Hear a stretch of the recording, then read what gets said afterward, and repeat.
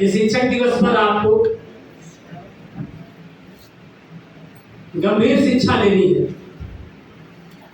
आपको अपने घर का एक जिम्मेदार बालक बनना है। आपको अपने घर की एक जिम्मेदार बालिका बनना है। आप अपने घर के एक चिराग हैं। आप घर में उजाला फैला सकते हैं या घर में अंधेरा बना सकते हैं। कितने बच्चे उजाला बनाएंगे? अपने घर में कितने बच्चे उजाला बनेंगे? सभी उजाला बनेंगे। अपने घर का, अपने मोहल्ले का अंधेरा दूर कर देंगे। बहुत बहुत धन्यवाद। आप हिंसा कर लीजिए। शिक्षक दिवस तब महत्वपूर्ण साबित होगा कि जब आप पढ़ लिख के अच्छे आचरण वाले नागरिक बन जाएंगे। अभी आप नागरिक तो नहीं हैं, अभी आप बालक हैं, विद्यार्थी हैं। सब कुछ आपके जीवन में धीरे धीरे होगा ना, एकदम से हो जाएगा? सब कुछ धीरे धीरे होगा ना। साल में 365 दिन होते हैं।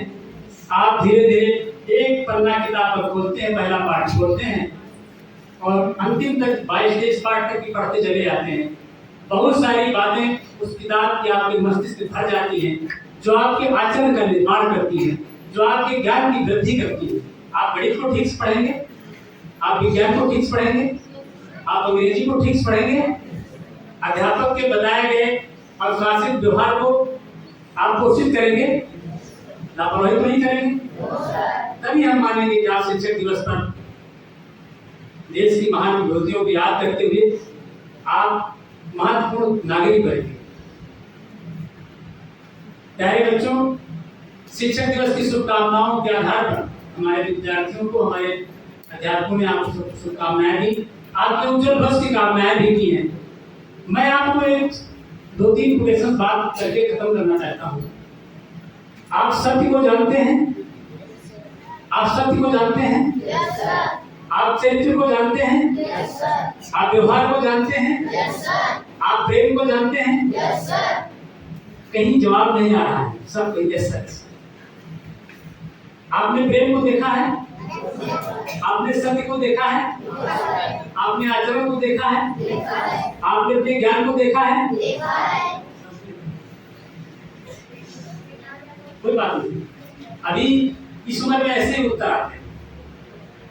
हम आपसे 10 साल बाद फिर मिलेंगे, फिर आपको देखेंगे, आपके चेहरे बदल जाएंगे, आप विचार बदल जाएंगे, आपका व्यवहार बदल जाएगा, आपका पढ़ने लिखने का स्तर बदल जाएगा।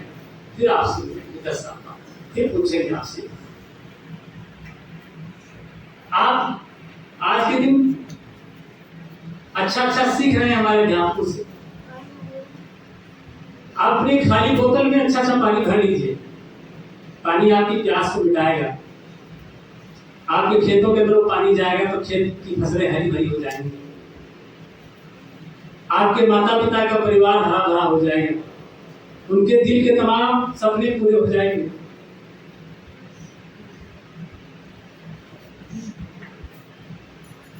आप सत्य को धारण करेंगे। आपने मुझे वचन दिया है।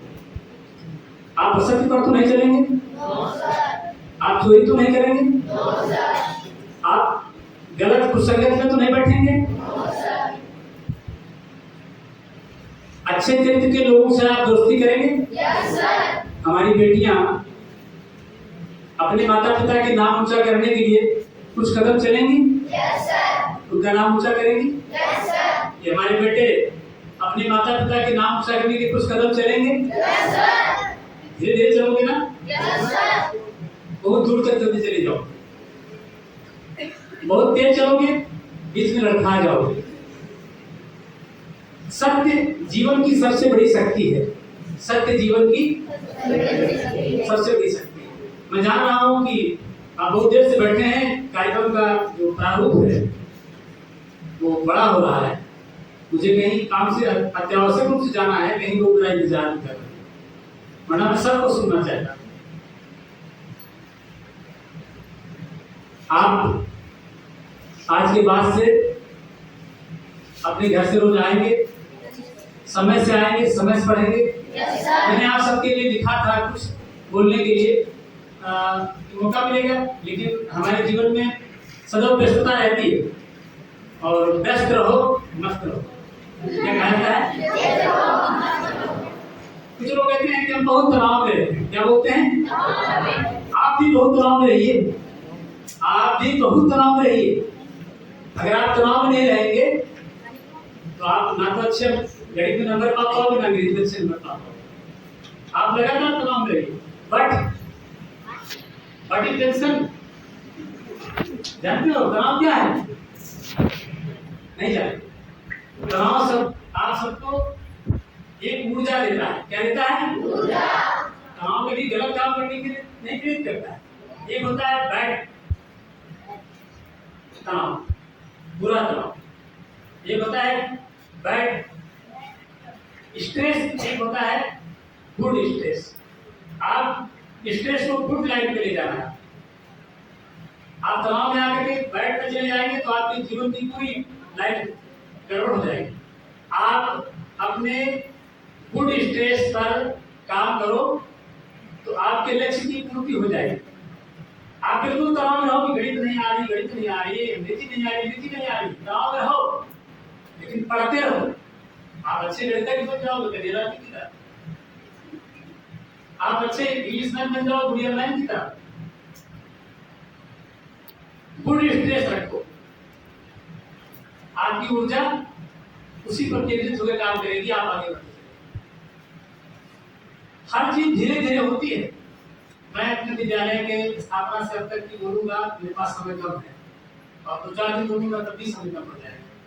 मैं इतना कहना चाहता हूँ मेरे बच्चों, एक विद्वान ने कहा है कि मैं पढ़ता लिखता रहता हूँ, एक विद्वान ने कहा है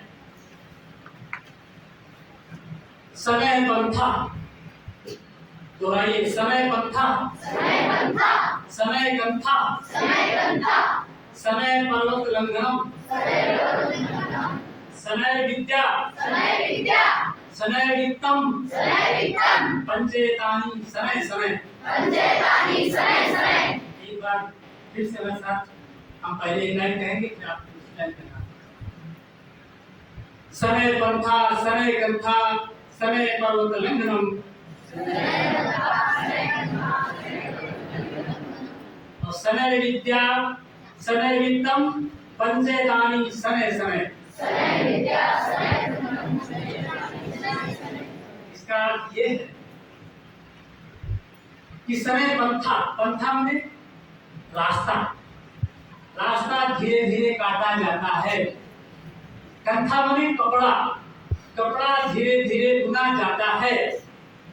और समय विद्या, विद्या माने ज्ञान, ज्ञान धीरे धीरे प्राप्त किया जाता है। और समय वित्तम, और धन भी धीरे धीरे प्राप्त किया जाता है। और ये भी कहा गया है कि पंचेतानि समय समय, ये पांचों कार्य धीरे धीरे ही किए जाते हैं। आपको ये उपदेश समर्पित करता हूँ आज के शिक्षक दिवस पर। समय पंथा, समय गंथा, समय पर्वत लंघनम, समय विद्या, समय वित्तम, पंचेतानि समय समय। ये आपको उपदेश देता हूं। आप एकदम से हवाई जहाज बन करके नहीं उड़ सकते। आप कक्षा 1 से पढ़ करके कक्षा 15 में पहुंचोगे, MA पास करोगे 17 में पहुंचोगे, PhD करोगे तो 20 में पहुंचोगे। इसलिए ये कार्य रास्ता धीरे धीरे करता है। घर से जब चलते हो उड़ करके यहाँ स्कूल में नहीं उतरते, धीरे धीरे चल के आते। कपड़ा जब बुना जाता है, जुलाहा धीरे धीरे बुनता है, उसी तरह बुनने का काम करना। और विद्या को मन लगा के पढ़ना है, धीरे धीरे पढ़ना है। गणित, हिंदी, अंग्रेजी, उर्दू, फारसी, गणित धीरे धीरे पढ़ना है। और आपको धन भी धीरे धीरे कमाना है। जल्दी से धन कमाने वाले जल्दी चले जाते हैं, और धीरे धीरे धन कमाने वाले बहुत दिन तक जिंदा रहते हैं। गुलाब जी हमारे बड़े भाई हैं, 75 साल की आयु है, सॉरी 72 साल की आयु है। मैं इनसे याचना करता हूँ, भीख मांगता हूँ गुलाब जी से, हमारे बड़े भाई से हम आशीर्वाद हैं कि मैं भी 80 साल तक जिंदा रहूं, ताकि आप सबको देखूं ये बेटी डॉक्टर बन गई, मास्टर बन गई, वकील बन गई, डॉक्टर बन गया, मास्टर बन गया, दरोगा बन गया। ये चीज देखने के लिए मेरी आंखों में प्रकाश आप सब उजाला डालते रहो और सत्य के मार्ग पर चलते रहो, बुराइयों से दूर रहो। ये सब चीजें आप में अपने आप आ जाएंगी। इस श्लोक को लिख लेना। जो बच्चे का इस श्लोक को लिख के दिखाएंगे, क्योंकि मैंने अपने बेटों को नहीं बताया, बेटियों को नहीं बताया, क्योंकि आज जमाना है मोबाइल का, ये मोबाइल से पढ़ते हैं और हम अखबार से पढ़ते हैं। ये पढ़ी हुई चीजें हैं। ये मेरा उपदेश आज आपके लिए समर्पित है। इसको आप ध्यान दीजिएगा, भूलिएगा नहीं। मैं सबसे अच्छा जा जाके आकर के पूछूंगा आपसे। आप इस देश के बड़े संसाधन हैं और आप हमारे लिए, देश के लिए और परिवार के लिए बहुत बड़ा धन है। तो आप धन बने रहोगे ना? महत्वपूर्ण बने रहोगे ना? एक बात अंत में बताता हूँ, फिर बात खत्म करता हूँ। आपको ये चीज बताई जाएगी कि आप खुद जान जाओगे। प्यारे बच्चों, हमारे प्यारे शिक्षक, मैं इनको भी चीज ज्ञान रूप में देता हूँ, उपदेश रूप में देता हूँ। हमारे सब सम्मानित लोग हैं। एक चीज आप लोग जान लो, आप प्रार्थना रोज करते हो, प्रार्थना में बड़ी शक्ति। ये बात फिर से दोहराइए, प्रार्थना में बड़ी शक्ति होती है। अपनी निजी प्रार्थना बनाओ। क्या बनाओ? निजी प्रार्थना। हाँ, कारण होता है कि प्राय तमाम विद्वानों की लिखित प्रार्थनाएं आप कहते चले जाते हैं, उसके अनुसार आचरण नहीं करते हैं। और जो आचरण करते हैं उन प्रार्थनाओं पर, तो उनके अंदर आचरण भर जाता है, वो भान में। मैंने तमाम प्रार्थनाएं पढ़ी हैं, मैंने अपनी तमाम प्रार्थनाएं की।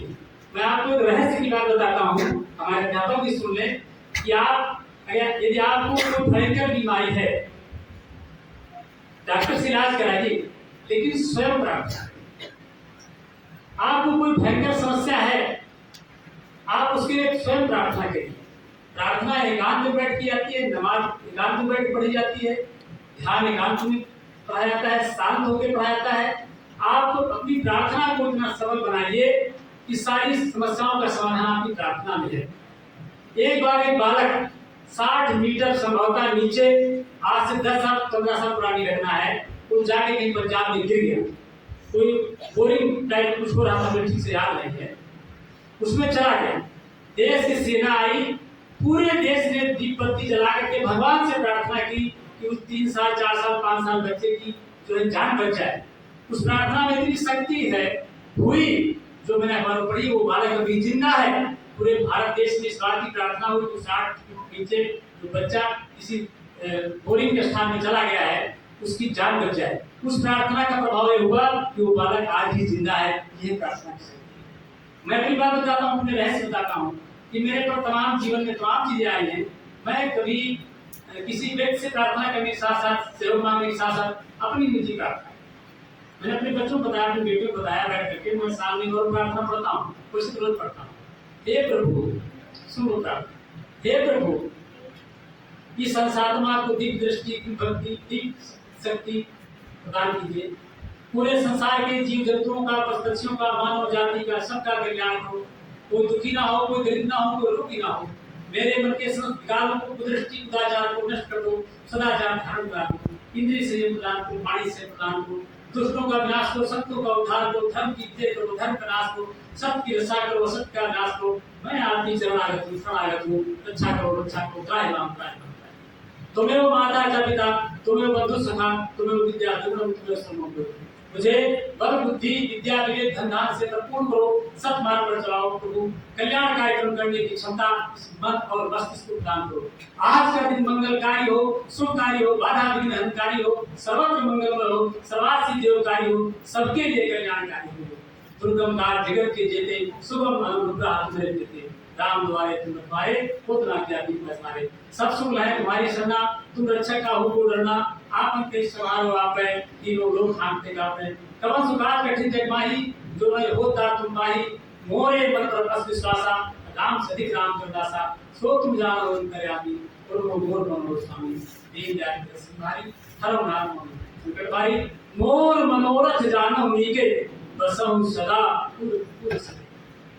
बसहु सदा पुर सके। ये करते ही तो नाम।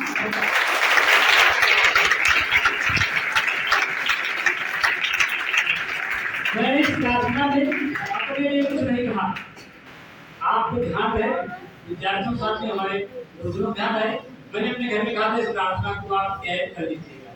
और मैं प्रार्थना तब कर पाता हूँ तो नेत्र बंद करता हूँ और मान जी की मूल सामने था तो बोलता हूँ। और बड़ी बातें हैं प्रार्थना के लिए, जब आपको कोई संकट पड़े तो आप स्वयं प्रार्थना करिए, आपका रोग दूर हो जाएगा, आपकी समस्या खत्म हो जाएगी, आप बीमार जीत जाएंगे। लेकिन प्रार्थना इसलिए मत करिएगा कि वो फला की लड़की जो है मर जाए, फला की भैंस मर जाए, फला का नुकसान हो जाए। ये प्रार्थना फलीभूत नहीं होती है।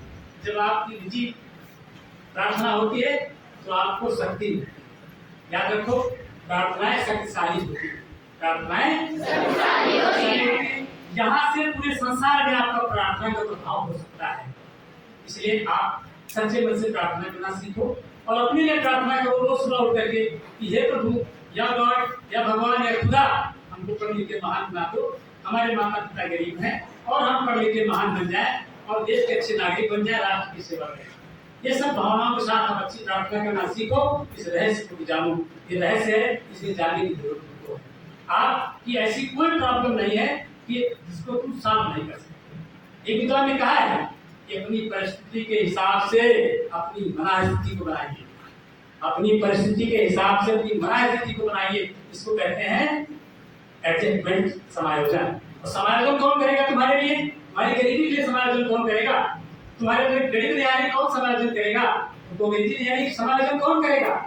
आपकी प्रार्थना, आपकी मानसिक शक्ति करेगी। इसलिए अपनी मन की स्थिति के हिसाब से, परिस्थिति के हिसाब से अपनी मनस्थिति को बनाना सीखो। आपने यहाँ हमारे उपदेश को ध्यान से सुना है तो आप जरूर मान करोगे। ये सबके साथ में बड़ी बात काम करता हूँ, आप सच बोलना सीखो।